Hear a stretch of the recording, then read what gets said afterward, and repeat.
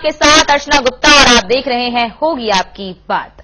आज महिलाएं शिक्षित हो रही हैं, स्वावलंबी हो रही हैं, अपने फैसले लेने के लिए स्वतंत्र हैं, जिससे कि एक सकारात्मक संदेश महिलाओं के लिए समाज में जा रहा है। लेकिन बात आज उन लड़कियों की होगी जो लगातार सिरफिरे आशिकों का शिकार हो रही हैं।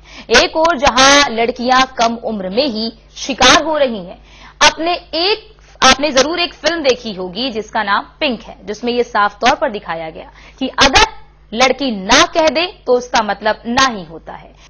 महिलाओं के प्रति हो रहे अपराधों में जो वृद्धि आई है, मुझे लगता है उसका मूल कारण ये है कि हमारे समाज में जिस तरह से हम महिलाओं को देखते हैं और जिस तरह के हमारे कानून हैं जो बिना सजा पाए जो छूट जाते हैं, और ज्यादातर तो लोग हिम्मत ही नहीं कर पाते, महिलाएं स्पेशली रिपोर्ट नहीं कर पाती हैं, हिम्मत नहीं जुटा पाती हैं उसको बताने की। जो शुरू में एक जो हिंसा की जब शुरुआत होती है उसको वहीं पर कैसे रोका जाए, यहाँ तक का हमारे यहाँ पर एक माहौल ऐसा नहीं है महिलाओं को बताने का, जो कॉन्फिडेंस उनमें होना चाहिए।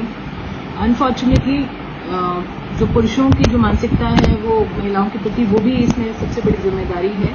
और जहाँ तक प्रशासन की बात है, सरकारों की बात है, कड़े कानूनों की कमी होना और उनको मुद्दों को सीरियसली ना लिया जाना, मुझे लगता है ये सारे जो रीजन है वो इन घटनाओं को बढ़ावा देते हैं। और उन्हें रोकने के लिए हमें सब स्तर पर काम करना पड़ेगा, मानसिकता के स्तर पर काम करना पड़ेगा, बड़े कानूनों का इम्प्लीमेंटेशन अच्छे से हो, इस पर काम करने की जरूरत है। चर्चा की शुरुआत करें इससे पहले इस मुद्दे पर लोगों की राय भी सुनिए।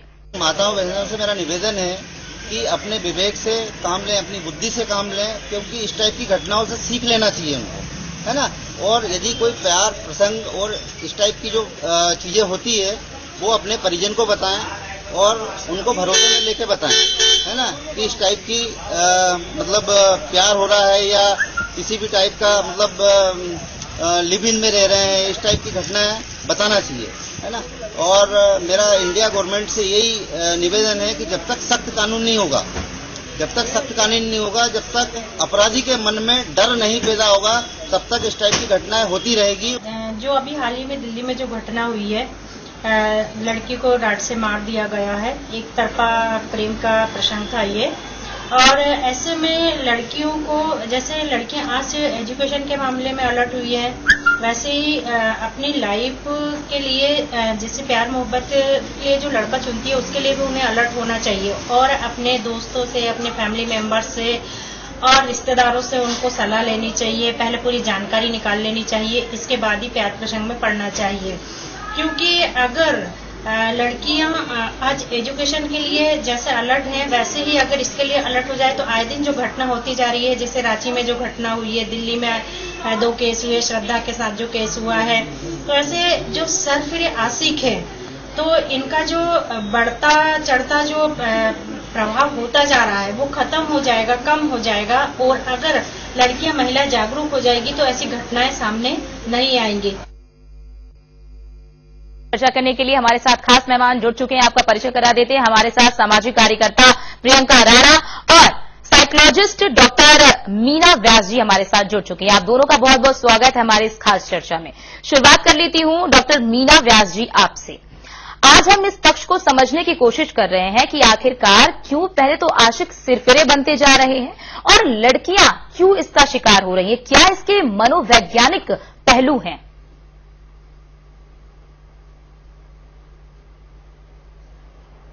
बहुत गंभीर मुद्दा है ये। महिलाएं शिकार बनती जा रही है, उसमें 2 टाइप की मानसिकता देखी तो समझनी पड़ेगी।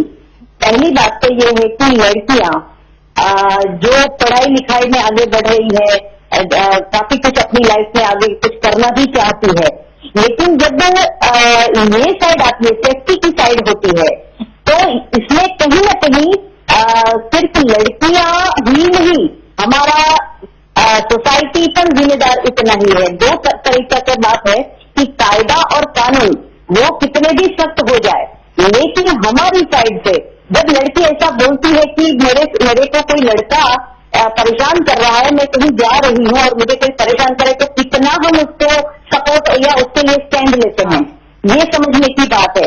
तो हमने देखा कि दिल्ली में जो 13 साल की लड़की के ऊपर जिस तरह से पब्लिक के सामने उसकी हत्या की गई, तो ये हत्या के सामने लोग पास में से निकल रहे हैं और कोई किसी को हेल्प नहीं कर रहा है। तो ये जो हमारी जो सामाजिक सोसाइटी में जिस तरह की एक मेंटालिटी है कि हमें क्या है, हमारा तो नहीं है, हमारे घर की बेटी नहीं है, हमें क्या है, या फिर ये जो क्रिमिनल है वो हम पे अटैक कर देगा तो क्या होगा, ये जो सोच है वो उसको हर्ट नहीं करने देती। इसीलिए लड़की को हम नियंत्रित कर देते हैं कि भाई तुमको ये पहनना नहीं है, यहाँ जाना नहीं है, ये करना नहीं है।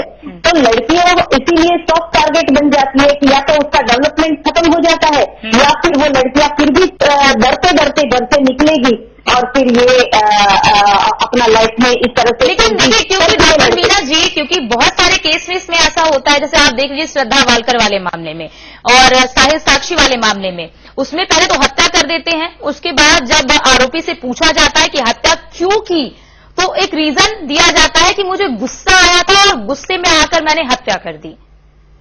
जी, बहुत सही कहा आपने। देखिए, पहली बात श्रद्धा की, अगर हर एक किस्से का अलग अलग क्राइटेरिया होता है, तो श्रद्धा की बात करें तो श्रद्धा है वो लिव इन रिलेशन में गई थी और उसके साथ बहुत बार वो डिस्कनेक्ट हो गई थी अपने फैमिली से। उस लड़के ने प्री प्लान से उसको ब्रेन वॉश किया हुआ था लड़की का, या लड़की कुछ फ्रीडम के नाम पे इस तरह से लाइफ जी रही थी कि उसने अपने पर होने वाले अत्याचार को किसी से शेयर नहीं किया, न पेरेंट्स से किया न फ्रेंड्स से किया। फ्रेंड्स को कहा था लेकिन उसके ऊपर कोई स्टैंड नहीं लिया गया। तो ये सहती गई और आखिरकार ये हुआ कि वो जिस मिशन से गई थी उसको शादी करनी थी, श्रद्धा को शादी करनी थी और लड़के को शादी का कोई कॉन्सेप्ट नहीं था। तो पहली बात तो ये है कि लिव इन रिलेशन की वजह से जो हत्याएं होती है उसको अलग तरीके से समझना पड़ेगा कि लिव इन रिलेशन पहली बार दोनों जो लड़का और लड़की होते हैं वो अलग अलग कॉन्सेप्ट से आते हैं। एक को लाइफ बनानी है, आगे बढ़ना है, जिंदगी साथ में गुजारनी है। एक लड़के को टाइम और एक पर्सन जो होता है जिसको टाइम पास करना होता है उसको ये शादी वाला कॉन्सेप्ट नहीं होता। दोनों क्लियर नहीं होते और फिर आगे जाके 1 साल 2 साल में फिर दोनों को सिचुएशंस होती है वो बैलेंस नहीं होती, और बैलेंस नहीं होती है तो फिर ये चीजें हो जाती है कि हत्या कर दो, मार दो, काट दो, फेंक दो ताकि मैं इस सिचुएशन से बाहर निकल जाऊं। तो ये अलग समझना पड़ेगा, लड़कियों को थोड़ा गाइडलाइन करना पड़ेगा और लड़कियों को खुद को भी समझना पड़ेगा।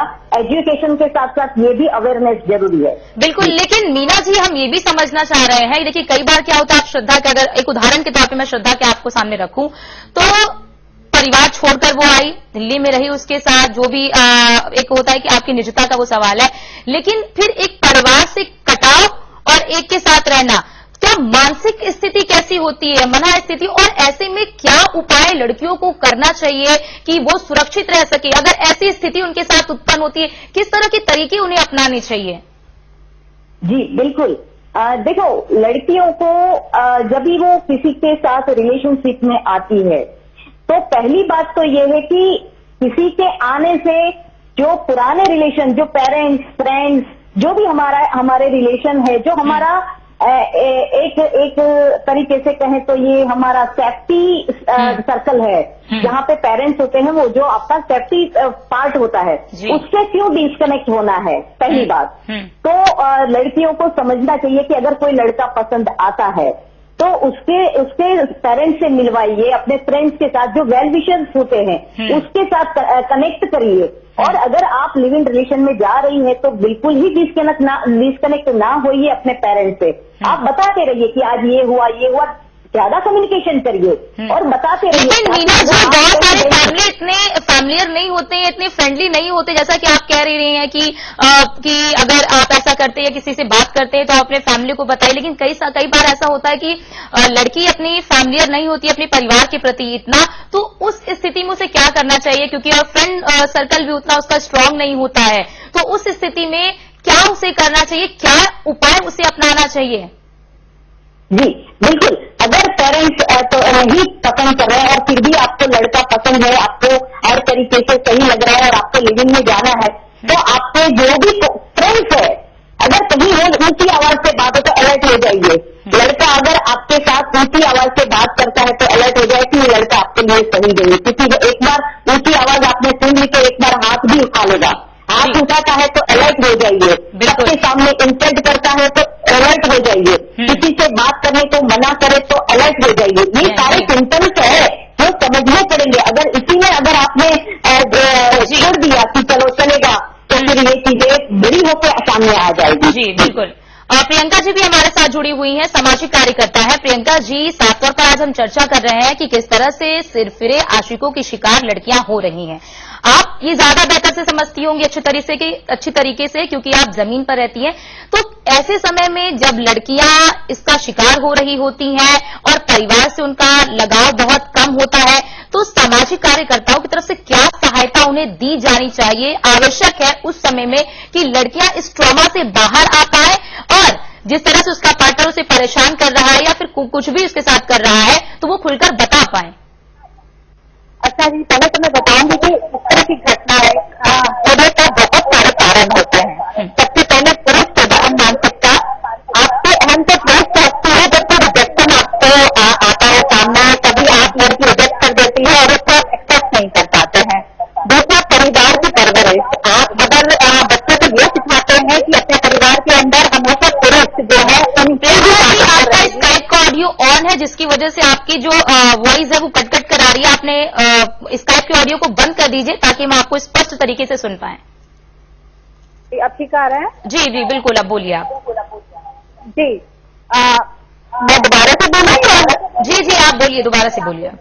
जी जी, अच्छा जी, देखिए मैं कह रही हूँ कि बहुत सारे कारण होते हैं इस तरह की घटना होने के। सबसे पहले है पुरुष प्रधान मानसिकता, यानी कि जब आप रिजेक्शन एक्सेप्ट नहीं करते हैं, कभी भी लड़के को कोई रिजेक्ट करता है तो उसका अहम हो जाता है। सबसे बड़ा कारण ये भी होता है परिवार की जो परवरिश होती है। हमेशा हमारे जो इंडिया में परिवार में ज्यादातर ये सिखाया जाता है कि हमेशा लड़कों की बात जो है ऊपर रखी जाए।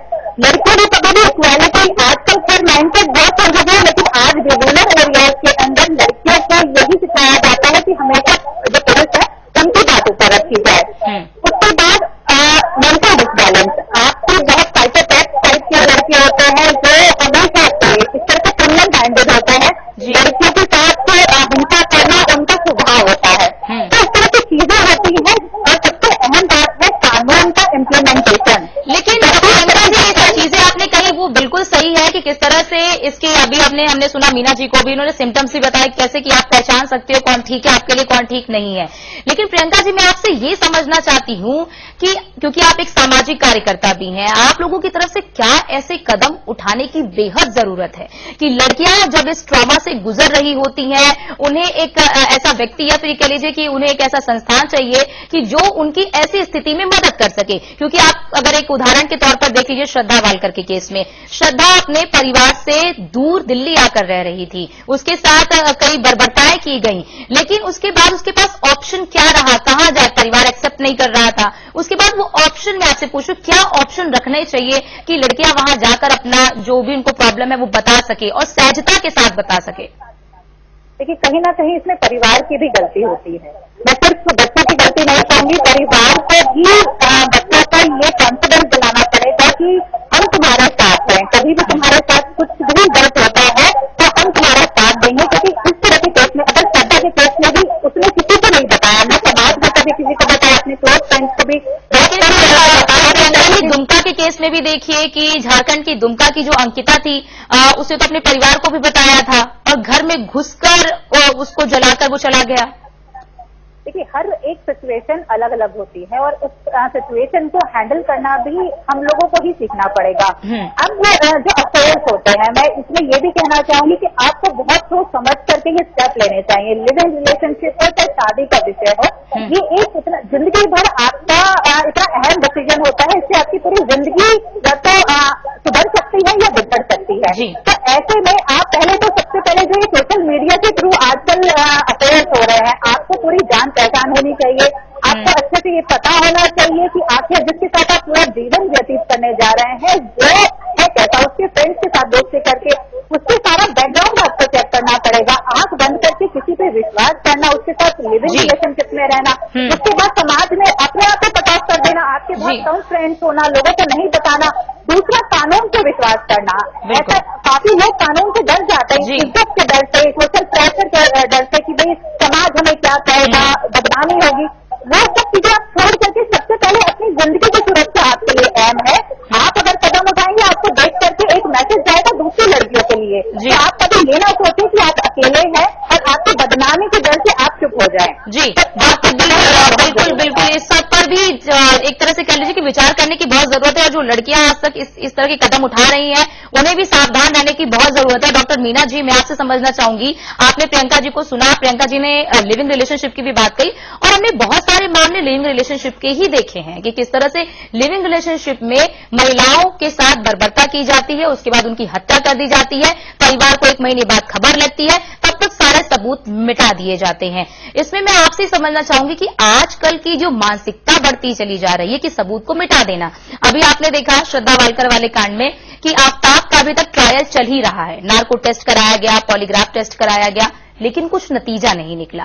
क्या लगता है आपको कि ऐसे आरोपियों के लिए कड़ी से कड़ी सजा कितनी बेहतर है जितना उनको मनोवैज्ञानिक इलाज?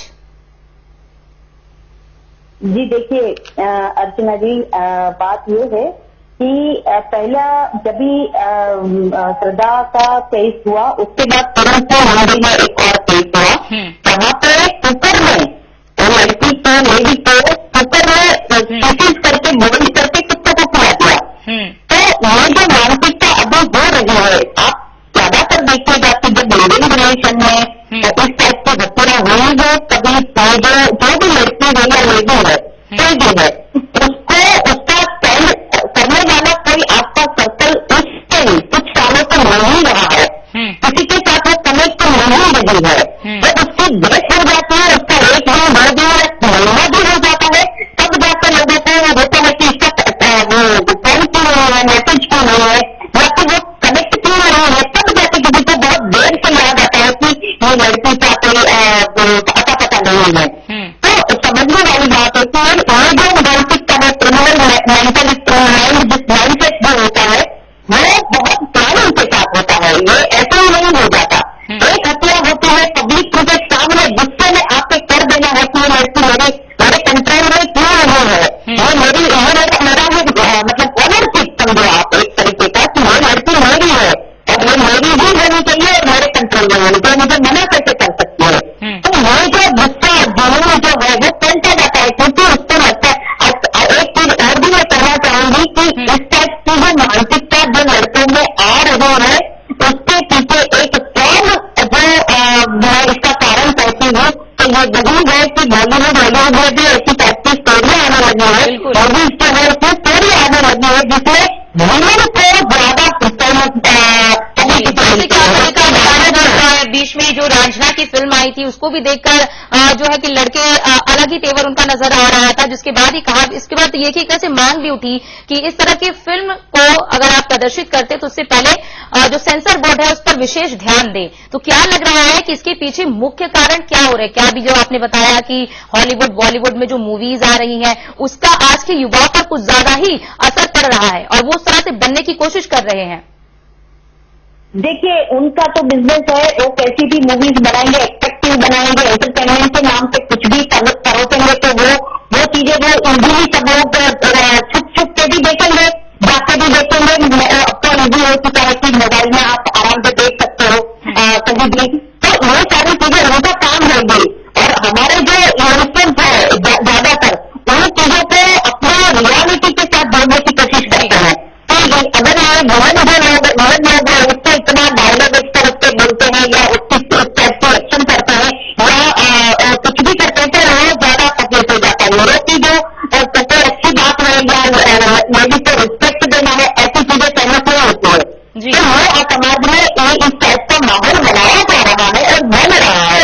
और इसके पीछे जी आपसे भी समझ जाऊंगी मीना जी, क्या इसके पीछे परवरिश को भी एक हम बड़ा फैक्टर मान सकते हैं? क्योंकि हम कई बार क्या होता है कि बच्चे जैसा अपने अभिभावक को करते हुए देखते हैं और वही मानसिकता उनकी भी बन जाती है।